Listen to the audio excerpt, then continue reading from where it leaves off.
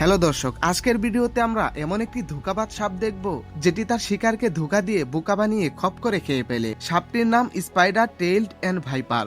শিকার করার সময় এই সাপটি তার লেজের অংশ এমনভাবে ধুলাতে থাকে দেখে মনে হয় একটি মাকড়সা হেঁটে বেড়াচ্ছে।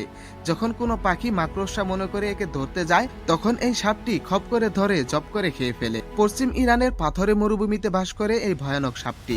এই সাপকে দেখলে রূপকথার পানির মতো মনে হতে পারে, যেমন মাকড়সার মতো লেজ, তার মধ্যে আবার দুর্দান্ত শিকারী।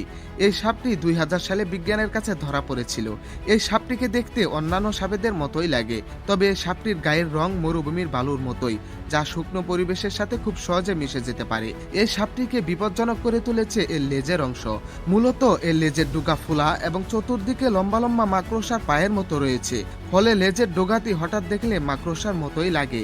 এই অদ্ভুত বৈশিষ্ট্যকে কাজে লাগাতে বাদ রাখেনি এই সাপটি তার লেজকে টুপ হিসাবে ব্যবহার করে, যা ক্লডার নিউরিন নামে পরিচিত। নিজের লেজকে মাকড়সার মতো নাড়াচাড়া করে পাখিদেরকে ধোঁকা দেয়, যাতে তারা মনে করে শিকার তাদের সামনে ঘুরে বেড়াচ্ছে।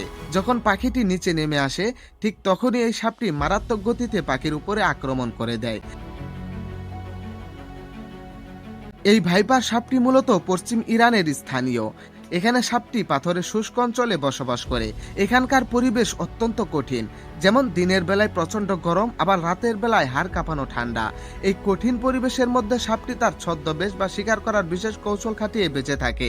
এই পাথরগুলো সাপটিকে লুকানোর জন্য নিখুঁত জায়গা দেয়, আর এই পাথরগুলো সাপকে লুকানোর জন্য এক নিখুঁত জায়গা দেয়। তাছাড়া পাখিরাও এইসব জায়গায় বেশ ঘোরাফেরা করে, কারণ বেশিরভাগ পাখিগুলোই পোকামাকড় খায়। তাই ভাইপারের এই মাকড়সার মতো লেজ পাখিদেরকে বোকা বানানোর জন্য খুব সহজেই ব্যবহার করা যায়।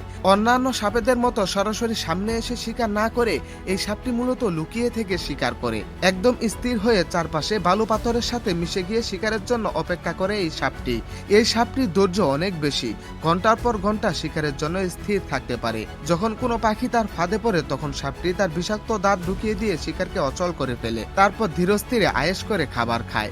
এই সাপকে ঘিরে বিজ্ঞানীদের আগ্রহ কম নয়, কারণ প্রাণী জগতে এমনভাবে লেজকে আলাদাভাবে নিয়ে শিকার করা প্রাণী খুব কমই রয়েছে।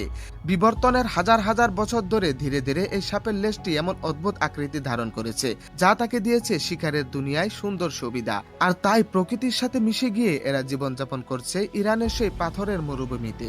সাপটি হয়তো দেখতে সুন্দর না, কিন্তু এর টিকে থাকার গল্প আর নিজের বুদ্ধি দিয়ে শিকার করার এই দক্ষতা প্রকৃতির অদ্ভুত বৈচিত্র্যের আরেকটি দৃষ্টান্ত। দর্শক, আমাদের ভিডিওগুলো আপনি কোথা থেকে দেখছেন তা জানিয়ে দিন কমেন্ট বক্সে। আপনাদেরকে ধন্যবাদ জানাতে ভুলবো না। আর এরকম রহস্য রোমাঞ্চকর ভিডিও দেখতে চাইলে আমাদের চ্যানেলটি সাবস্ক্রাইব করে রাখতে পারেন।